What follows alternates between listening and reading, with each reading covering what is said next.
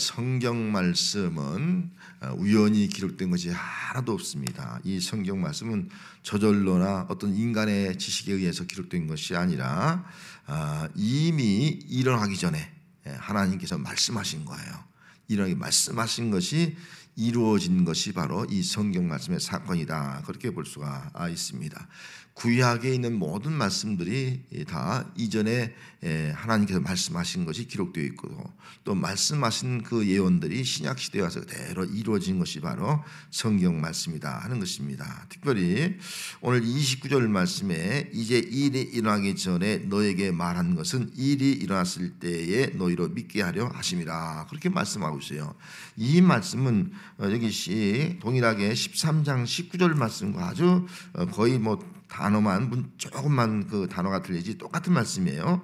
이게 170쪽 13장 19절에 보면은 지금부터 이 일이 일어나기 전에 미리 너에게 일러두면 이 일이 일어났을 때에 내가 그인 줄 너희가 믿게 하려 함이로다. 똑같은 말씀으로 기록되어 있습니다. 이미 예수님께서 이 일이 일어나기 전에 말씀해 놨어요. 말씀했는데 그 일이 나중에 이루어지는 거예요. 이루어질 때 그걸 통해서 너희가 내가 그인 줄, 그가 누구예요? 메시아인 줄, 하나님의 아들인 줄 믿게 하려 하심이라 라고 말씀을 하고 있습니다. 그래서 예수님께서 미리 이러할 일을 말씀하셨는데 특별히 너희 중에 하나가 나를 팔리라 그렇게 말씀했지 않습니까? 그때 제자들은 이해를 못하는 거예요. 아니 누가 팔아 우리를? 예수님을 누가 팔아? 아무도 그 말씀을 이해할 수가 없어요. 그런데 그 말씀대로 이루어지나요? 가룟 유다가 예수를 팔아요. 예수님이 말씀하신 대로 이루어지는구나. 그래서 예수님이 누군가를 알도록 하기 위함이다. 예수님이 정말 크시도구나 하는 것을 믿게 되는 거예요. 또 예수님께서 말씀하셨어요. 네가 닭 울기 전에 3번 나를 부인할 것이다. 베드로도 강경하게 말합니다. 내가 왜 예수를 부인합니까? 하지만 예수님이 이미 말씀하신 거예요. 말씀하신 그 말씀대로 이루어지는 거예요. 그래서 그로 인해서 정말 주님은 말씀하신 대로 다 이루신 분인가 하는 것을 우리가 알게 됩니다. 예수님은 이제 공생애를 시작하시면서 자신의 순환과 죽음과 부활과 승천에 대해 쭉 말씀했어요. 가장 중요한 것을 말씀했습니다. 아직도 일어나지 않은 거예요. 하지만 이 문제에 대해서 예수님이 말씀하실 때 다들 이해할 수가 없는 거예요. 믿을 수가 없는 거예요. 하지만 때가 되어서 예수님이 죽을 때 말씀대로 이루어지는구나. 예수님이 부활할 때 말씀대로 이루어지는구나. 또 예수님이 승천할 때 말씀대로 이루어지는구나. 다 말씀대로 이루어지는구나. 그때서야 예수님이 참 구주구나. 메시아구나. 하나님의 아들 그리스도구나 하는 것을 믿게 된다라고 말씀을 하고 있는 것입니다. 왜 일이 일어날 때에 믿게 됩니까? 예수님은 말씀이에요. 말씀하신 대로 이루시는 분이에요. 그래서 십자가상에 죽을 때도 다 이루었다. 말씀하신 것을 다 이루었다. 그렇게 기록을 해놓고 있습니다. 사람은 자기가 말한 대로 이룰 수가 없어요. 만약에 제가 말한 대로 다 이룬다면요, 이건 사람이 아니죠. 그러면 얼마 좋습니까? 여러분들이 말한 대로 다 이룬다 그러면 얼마 좋겠습니까? 금방 떼부려야 되고 금방 성공하고 못할 거 하나도 없죠. 내가 말한 대로 다 된다면. 우리 인간은요, 내가 말한다고 해서 그대로 되는 것이 절대 아니다 하는 것입니다. 말씀하신 대로 되는 분은 예수님 한 밖에 없는 줄 믿습니다. 말씀하신 대로 되게 하는 것은 이루신 분은 우리 주님밖에 없는 거예요. 그래서 예수님께서 오늘 이 성경 말씀을 하고 있는 것도 너희들은 내가 말씀하신 대로 다 그대로 이루어짐을 믿어라 라고 말씀하고 있습니다. 여러분 오늘 이 성경 말씀, 하나님의 말씀은 말씀하신 대로 이 성경 말씀대로 다 이루어지게 될 줄 믿습니다. 예수님이 하신 말씀도 그대로 다 이루어지게 될 줄 믿습니다. 이거 우리 믿음이에요. 자, 그러면 오늘 이 본문을 통해서 예수님이 하신 말씀이 무엇인가 하는 것입니다. 그 말씀하신 것 첫째가 바로 보혜사에 대해서 말씀했어요. 보혜사. 26절 말씀에 보혜사 곧 아버지께서 내 이름으로 보내줄 성령 그가 너희에게 모든 것을 가르치고 내가 너희에게 말한 모든 것을 생각나게 하리라. 그렇게 말씀했습니다. 보혜사를 보내겠다. 그렇게 말씀하신 거예요. 이 말씀은 예수님께서 내가 이제 너희를 떠난다는 거죠. 아버지께로 간다는 거죠. 아버지께로 간다 그러니까 쟤들은 그것 때문에 걱정하는 거예요. 근심하는 거예요. 예수님이 가시면 우리가 뭘 할 수 있겠습니까? 제자 공동체가 무너질 수밖에 없는 그런 상황에 놓이지 않습니까? 그때에 예수님께서 제자들에게 말씀하는 거예요. 내가 너희를 위해서 거처를 처소를 예비하러 간다. 너희를 과처럼 버려두지 아니하고 보혜사를 너에게 보내사 영원히 너희와 함께 할 것이다. 너와 함께 할 것이다. 영원히 함께 하기 위해서 하는 것이다. 그리고 성령, 이 보혜사가 성령이거든요. 보혜사 성령이 너희에게 모든 것을 가르치고 그동안 예수님이 가르쳐준 것을 다 다시 가르쳐주고 또 예수님이 말씀하신 걸 다 기억나게 하리라. 기억나게 하라. 그렇게 말씀을 해 주었습니다. 제자들은 이 예수의 말씀을 이해할 수가 없었어요. 믿을 수가 없었어요. 아니 예수님이 가시면 그만이지. 우리에게 무슨 보혜사야, 무슨 성령이야. 성령이 오셔서 어떻게 우리와 영원히 함께 도저히 이해할 수 없었어요. 보혜사는 말은 파라클레토스란 말이에요. 이 말은 크게 세 가지 뜻이 있습니다. 중보자, 위로자, 변호자. 그렇게 뜻을 가지고 있어요. 성령을 보내서 보혜사 성령을 보내서 너희를 위해서 중보할 것이다. 너희를 위로할 것이다. 너희의 변론자가 되어서 너희를 대언할 것이다. 이 말씀을 주는데 그 보혜사의 뜻이 무슨 뜻인지도 그들은 이해할 수가 없었습니다.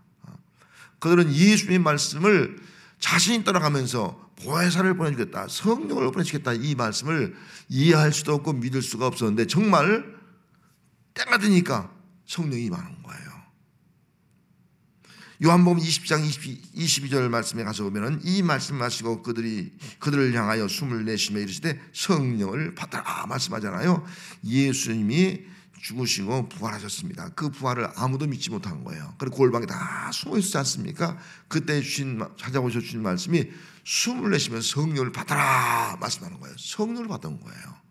야, 예수님께서 보혜사 성령을 주신다 그러더니 정말 그때는 이해하지 못한 거예요. 성령을 바꾸라니까, 보혜사 성령을 바꾸라니까 믿어지는 거야. 아, 예수님은 말씀하시는 부활하신구나. 그래, 우리가 이제는 부활의 증인이야지. 성령의 권능을 받아서 성령의 능력을 받아서 이 부활을 증거하는 그런 복음의 사명자가 돼야지 인생이 바뀌는 거예요. 그래서 사도행전 22장 4절 말씀에 가면은 초대교회 성도와 제자들이 어떻게 됩니까? 그들이 다 성령 충만함을 받고 성령의 말하게 하심을 따라 다른 언어들로 말하기를 시작하니라 라고 말씀하셨습니다. 정말 말씀하신 대로 성령 충만을 받았어요.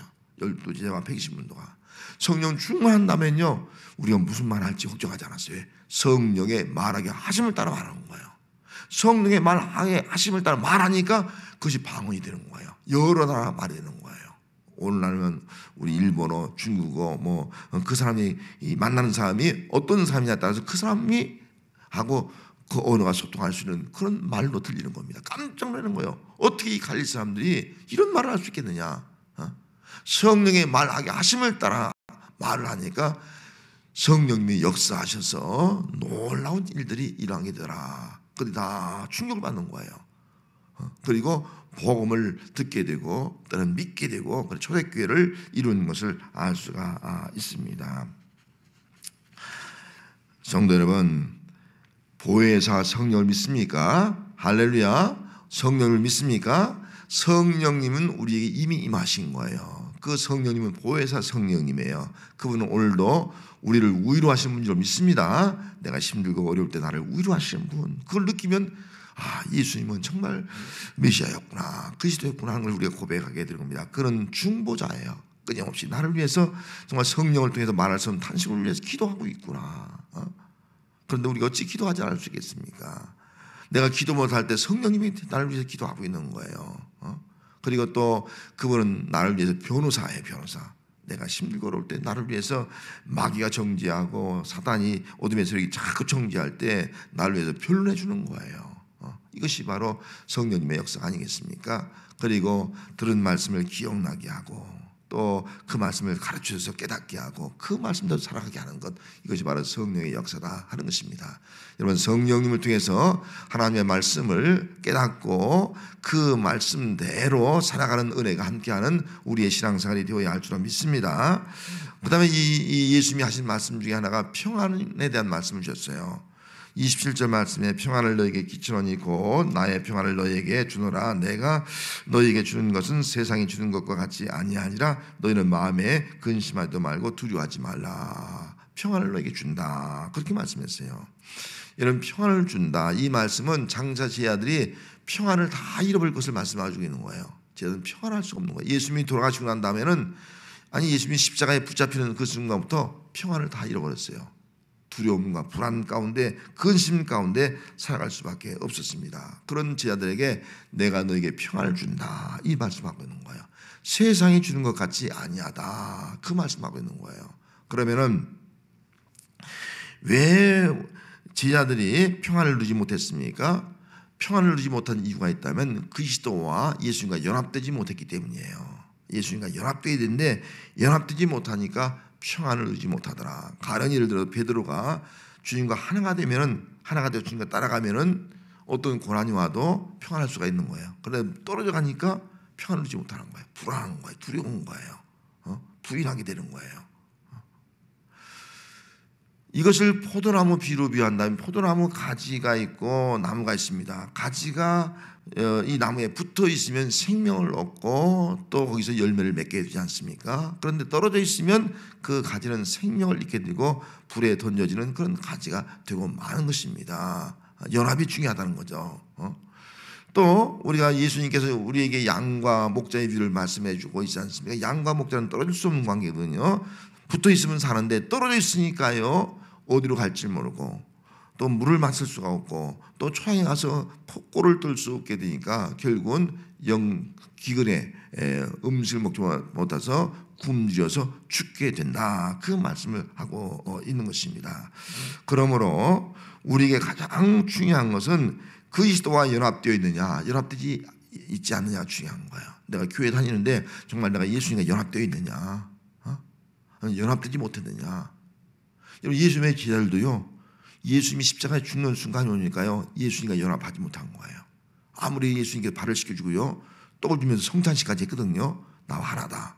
그런데 예수님이 십자가에 고난당하는 순간 다 떨어져 나간 거예요.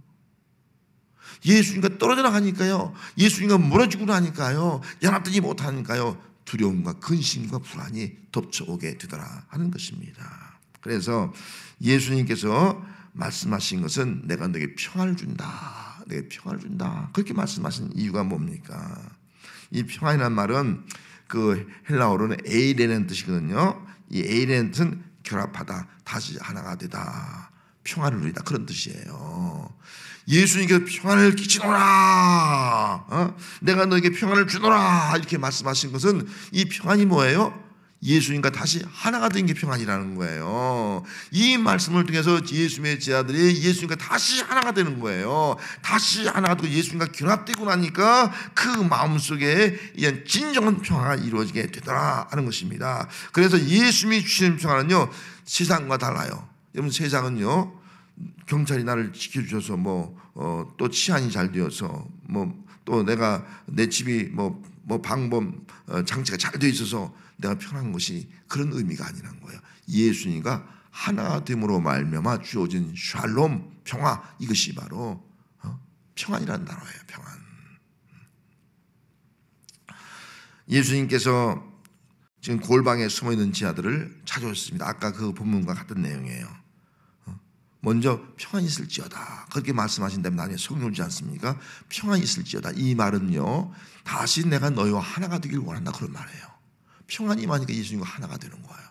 하나가 되는 사람들에게 성령을 주셔서 성령의 능력을 가지고 부활의 증인의 삶을 이제 골방에서 뛰쳐나가서 말이죠, 담대하게 부활의 증인의 삶을 감당한 것을 우리가 볼 수가 있는 것입니다. 오늘 우리에게도 이런 살면서 근심이 있는가, 또 불안이 있는가, 어떤 두려움이 있는가 한번 되돌아봐야 됩니다. 혹시 내가 자꾸 뭔가 근심이 하게 되고 두려워하게 되고 뭔가 자꾸 불안한 마음을 가지고 살아간다면요, 내 신앙 상태가 어떻게 됐다고요? 예수님과 멀어진 거예요. 분리가 된 거예요. 떨어져 나간 거예요. 분리가 되어 있다는 거예요.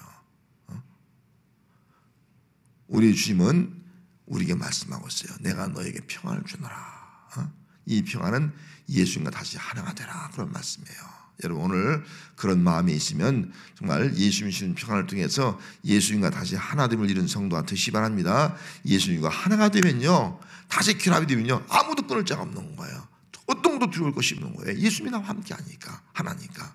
그래서 그들은 생명을 걸고 나가서 이런 핍박도 환난도 두려워하지 않고 뛰쳐나가서 그런 골방에 나가서 이제 당당하게 제자의 삶을 감당하게 되었던 것입니다. 오늘 우리들도 정말 이제 예수님께 나에게 평안을 주었다. 그러면 나는 어떤 성도냐? 나는 그리스도와 연합된 성도가 된 줄 믿습니다. 나는 그리스도와 연합된 성도다. 이런 이 믿음 가져야 돼요. 혹시 이 확신이 없으면요, 오늘 예수님의 이 말씀을 들으면서 내 마음속에 평안이 임하도록 기도하세요. 그래서 내 마음속에 다시 예수님과 하나가 되세요. 하나가 되면 정말 세상이 줄 수 없는 참된 그 평안을 누리는 그런 성도로 살아가는 그런 놀라운 은혜가 함께 할 줄로 믿습니다. 그 다음 마지막 또 한 가지 말씀하신 것은 재림에 대해서 말씀했어요. 28절 말씀에 내가 갔다가 너에게로 온다 하는 말을 너희가 들었나니 나를 사랑하였더라면 내가 아버지께로 감을 기뻐하였으리라. 아버지는 나보다 크심이라. 그렇게 말씀했어요. 예수님께 제자들에게 내가 갔다가 다시 온다, 그 말씀하신 거예요. 그 말씀을 제자들은 처음에 이해할 수가 없어요. 아니, 예수님이 어디로 갔다 오신다는 거야? 이해가 되지 않는 말씀이에요. 갔다 온다. 이 말씀을 그 원어에 보면 동사인데, 이 동사를 여러 번 우리 주문 사용했는데 이 동사가 현재형이지만 미래적 의미를 사용한 거예요. 현재형이에요. 근데 미래적 의미가 있어서 지금 현재적으로 있지만은 갔다 오는 것이 먼 미래이 아니라 곧 온다, 곧 온다. 그런 의미를 가지고 있는 겁니다. 그래서 먼 과거의 현재이면서도 과거이면서도 현재일이다. 그래서 우리는 예수님이 곧 오신다, 곧 오신다, 이런 믿음을 가지고 신앙생활을 하라라고 제자들에게 권고를 하고 있는 것입니다. 예수님께서 아버지께로 가서 거처를 준비하고 그리고 다시 오신다, 그렇게 말씀을 하셨습니다.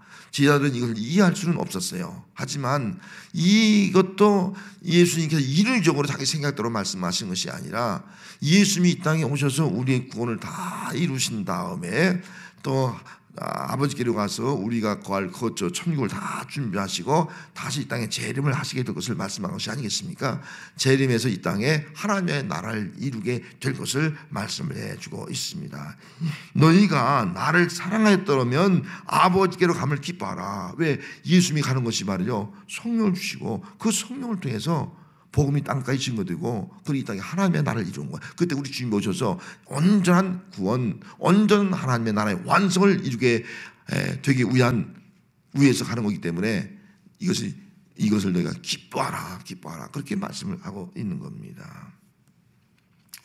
예수님은 제자들에게 확실하게 말씀했습니다. 그들 이해하지 못했지만은 나는 갔다가 다시 온다.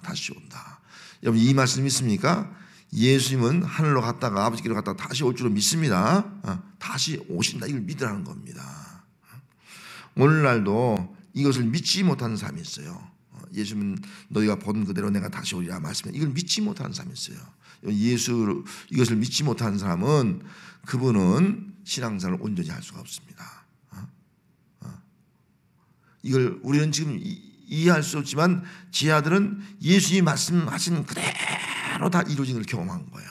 그렇기 때문에 예수님이 다시 오신다는 것도 그들은 다 그대로 믿은 겁니다. 왜? 말씀대로 이루시는 분이니까.